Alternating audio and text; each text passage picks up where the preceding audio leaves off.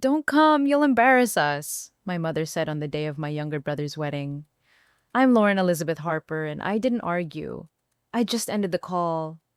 They had no clue I'd quietly wired $250,000 for the venue, the custom floral arches, and the 10-tier cake flown in from Paris. Or that I'd co-signed the mortgage on their new six-bedroom colonial so my brother could brag about closing the deal himself. To them, I was still the quiet older sister with the boring desk job who couldn't possibly fit in with their new influencer friends and country club crowd. So I showed up anyway. No invitation, no plus one, wearing a plain charcoal silk dress that cost more than the bride's veil but carried zero logos. I slipped in through the side entrance, grabbed a champagne flute I didn't drink, and watched my brother parade his new business partner around like he'd built the company single-handedly. Then that partner locked eyes with me across the marble floor, froze mid-sentence, and said loud enough for the entire patio to hear, "Boss?" Every head turned, forks stopped halfway to mouths. My mother's smile cracked like cheap porcelain. This is where the real wedding started, and trust me, you'll want to see how it ends. 3 days before the wedding, my phone lit up with a group FaceTime from Mom, Dad, Tyler, and his fiancée, Brooke. I was in the middle of reviewing Q3 projections for Harper Renewables, the clean energy company I founded 9 years ago and still keep completely off my family's radar. I let it ring twice, then swiped accept. Mom, Diane Harper, spoke first, sitting ramrod straight on the new leather sectional I'd paid for last spring. "Lauren, we need to talk about Saturday." Dad, Gregory Harper, but everyone just calls him Greg, stared somewhere past the camera, sipping coffee from the mug set I sent 2 Christmases ago. Tyler lounged in the corner, arm around Brooke, both of them glowing like they'd already won the lottery. Brooke leaned forward, perfect bridal glow on full display. "Look, Lauren, we're keeping the guest list super exclusive. Investors, influencers, the country club crowd, we just don't think you'd fit the vibe." Tyler finally opened his mouth.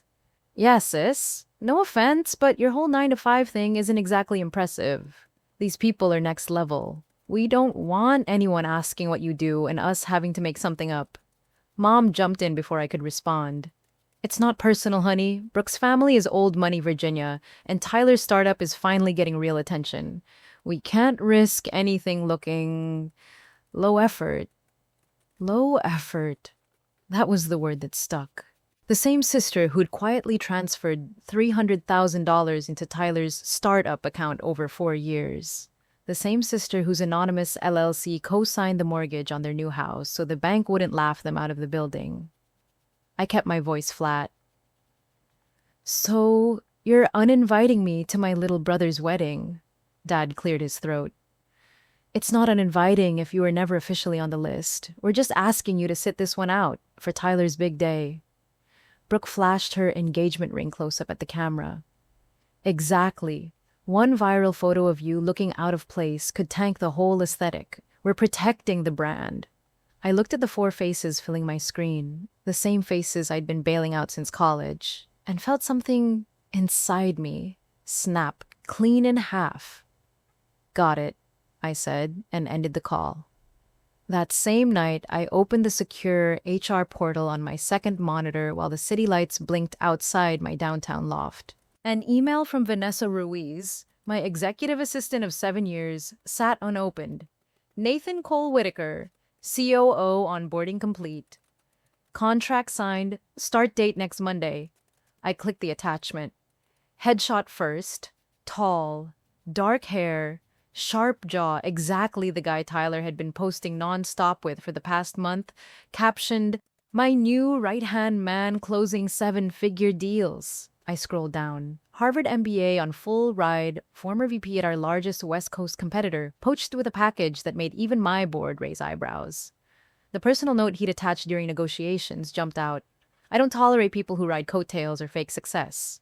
Yet there he was, arm around Tyler at a rooftop bar last week, clinking glasses like they'd built the company together.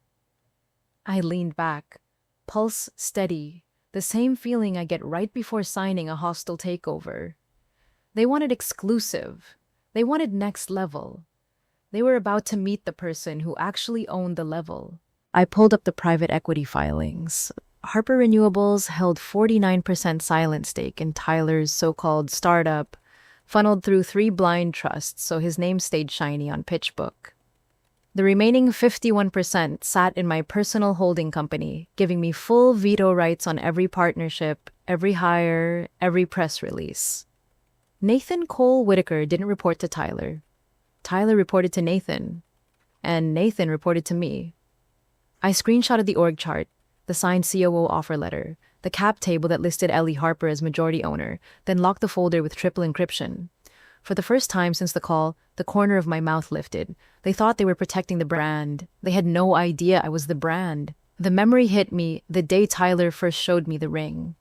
He'd burst into my condo waving a velvet box like he'd invented diamonds. Brooke squealed beside him, already planning the Pinterest board. Mom hovered in the background, eyes shining at the thought of finally getting wedding photos worthy of the country club newsletter. Tyler slapped the mortgage papers on my kitchen island. Sis, I need you to co-sign, just temporary. Once the startup hits Series A, I'll flip the house and pay you back double. I read the fine percentual, 4.8% interest, 30-year fixed, 6-bedroom colonial in Fairfax County. The down payment line was blank. I filled it with my personal account. No questions, no fanfare. Brooke kissed my cheek. You're literally saving our future. Hashtag sister goals. Mom squeezed my arm. We knew you'd understand. Tyler's the face of the family now. You've always been the reliable one. Reliable. That word again. 2 years earlier, I'd wired the first $200,000 into his seed round after the pitch deck came back from every VC with the same note. Cute idea, no traction. I built the prototype in my spare bedroom, filed the patents under a shell LLC, then handed him the keys and told him to take the credit. He did. Every podcast, every panel, every LinkedIn post. Tyler Harper, visionary founder. I stayed the ghost in the code. Last Christmas, he'd promised again. Once Brooke's ring is paid off and the wedding's locked, I'll put you on the cap table. 10%, family discount. I never asked for equity. I asked for one thing, an invite to the rehearsal dinner with my name on it. He laughed. You hate crowds, we'll send you the live stream link. Marcus Ellison, my corporate counsel, emailed the updated trust documents that same week. Every dollar since graduation, itemized. Medical bills when dad's insurance lapsed, Tyler's DUI lawyer, Brooke's influencer coaching program. All routed through blind trusts so their lifestyle never skipped a beat. I signed the new rider without reading it. Some habits die harder than family. My phone started vibrating before sunrise. First a text from Mom. Please respect our decision. Security has your photo. They'll turn you away at the gate. Then Tyler, 3 messages in a row. Don't make this about you. Brooke's stressed enough. Stay home, Lauren, for once. Brooke waited until I was in the shower to leave a voicemail. Voice therapy sweet until it wasn't. Hey girl, just making sure we're clear. If you pull some sad sack surprise entrance, the country club manager already knows to escort you out. I've shown everyone your driver's license photo from last year. Super cute haircut, by the way. Nathan's flying in tonight and he's heard all about the awkward older sister who can't take a hint. He actually felt sorry for us. So do the right thing and delete this after you listen. She ended with a little laugh, the same one she used on her wedding content reels right before the sponsored tags. Another text popped up, this time from an unknown number with a Virginia area code. Mrs. Harper, venue security here. Bride provided a no-admit list. Your name is on it. Attempted entry will be documented. I saved every screenshot, every voicemail, then forwarded the thread to Vanessa with one line. Hold these for Monday's legal review. Brooke sent one final voice note while I was booking the Maybach. Everyone's on the same page, Lauren. Even Nathan thinks family drama is so last season. Don't embarrass yourself. I set the phone face down and started choosing earrings. The Maybach glided to a stop under the country club portico right as the string quartet struck up the recessional. I stepped out in a slate silk sheath that skimmed the knee. No jewelry except a thin platinum watch, hair in a low knot. The driver handed me a small black clutch and returned to the wheel. Mom spotted me first. Her champagne flute froze halfway to her lips, pearls clicking as she swallowed wrong. Dad's face went the color of the marble floor. Tyler, still in his morning coat, dropped Brooke's hand like it burned. Brooke recovered fastest, a smile stretching too wide. "Lauren, security's on the way." I walked straight past the welcome table where the seating chart sat under acrylic frames. Guests parted without realizing why. Nathan stood near the patio bar, navy suit sharp, talking to a cluster of venture partners. He turned at the hush that followed me across the terrace, eyes narrowing, then widening until the whites showed. "Boss?" The word carried over the quartet and clinking crystal. Every conversation died. Phones lowered mid-story. Brooke's influencer friends forgot to film. Nathan took one step forward, then another, ignoring Tyler's frantic hand on his sleeve. "Lauren Harper, what the hell are you doing in Virginia?" Mom made a small, strangled sound. Dad grabbed the back of a chair. Tyler looked ready to bolt. I stopped 2 feet from Nathan, voice calm enough to cut glass. "Attending my brother's wedding, or what's left of it." Nathan's gaze flicked from me to Tyler, then back, pieces clicking like a loaded magazine. He straightened his cuffs. The same cuffs I'd approved expense reports for last quarter. "Tyler said his sister was unavailable." His tone made unavailable sound like a felony. Brooke tried to loop her arm through Nathan's. He stepped aside so smoothly she nearly tripped on her train. I smiled for the first time all day. Clearly, he left out a few details. The quartet missed a beat. Somewhere, a glass shattered. I opened the clutch and pulled out a matte black USB on a silver chain. "Marcus Ellison compiled this yesterday," I said, holding it up so the sun caught the engraving. "Harper Family Trust, 2016 to 2025. Every wire transfer, every forgiven loan, every private jet mile I paid for your engagement party in Napa. Notarized, time-stamped, blockchain verified." Tyler lunged forward. I lifted one finger and he stopped like he'd hit glass. $250,000 for the venue deposit alone. Another 80 for the floral arches most of you are standing under right now. The down payment on your house? Mine. The Series A bridge round that kept your servers running last quarter? Mine. Brooke's veil slipped sideways. No one fixed it. Dad's knuckles went white on his champagne flute. Mom stared at the USB like it might explode. I turned to Nathan. "Your signing bonus cleared because I approved it. The Singapore office you're opening next month sits on land my holding company leased 3 years ago. Tyler doesn't own 51% of anything.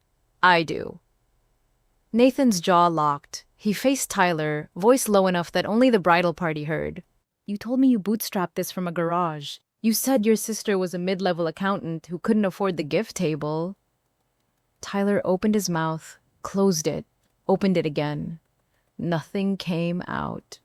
Brooke found her voice first, shrill and cracking. "This is sabotage! Security!" 2 uniformed guards appeared at the patio doors, saw Nathan's expression, and froze. I slipped the USB back into the clutch. "Consider it my wedding gift. 1 copy's already with the SEC. Another goes to every investor on your cap table Monday morning." Nathan pulled out his phone, thumbs flying. "Effective immediately, I'm suspending all partnership agreements pending forensic audit. My resignation will hit your inbox within the hour." He looked at me, not Tyler. "Miss Harper, I'll fly to HQ tonight. We'll handle the rest in person." Brooke grabbed his sleeve. He shook her off without breaking eye contact with me. The string quartet had stopped entirely. Someone's phone livestream caught every second. 8 months later, I closed a $200 million solar farm deal in Napa while the realtor texted me photos of Tyler's foreclosure notice taped to the front door of the Colonial. Tyler now drives Uber Black on weekend nights, still wearing the same morning coat when the tips are slow. His LinkedIn lists independent consultant and hasn't been updated since the audit hit TechCrunch. The startup folded the day Nathan walked out. Investors pulled every dime once my name surfaced as majority owner. Brooke's wedding influencer page rebranded to extreme couponing. Her last post, 3 weeks ago, showed a buy one get one cereal deal with the caption, "Newlywed budget hacks." The comments are disabled. Mom tried calling twice after the country club manager mailed back their security deposit minus damages. I let both go to voicemail. Dad sent a Christmas card with no return address. It went straight into the shredder. Vanessa forwarded me Brooke's latest DM begging for a reference so Tyler could interview at a call center. I archived it unread. Nathan runs the East Coast division now, reports directly to me, and never mentions Virginia unless it's on an expense report. We don't talk about that day. We don't need to. I still get the occasional text from old high school friends who saw the viral clip. Wait, that was you? I never reply. Some stories don't need sequels. People keep asking if I feel bad, if blood really is thicker, if I'll ever let them back in. Here's the truth I learned the hard way. Family isn't a blank check you keep cashing long after the account's empty. Cutting them off wasn't cruel. It was the first grown-up financial decision I ever made. In America, you can love someone and still fire them, still foreclose, still ghost. Sometimes protecting your peace costs 7 figures, and every holiday for the rest of your life. Worth it. I blocked the last shared number last week. The Harper family group chat now has 1 member, and for the first time in 38 years, I'm finally the golden child of my own damn life.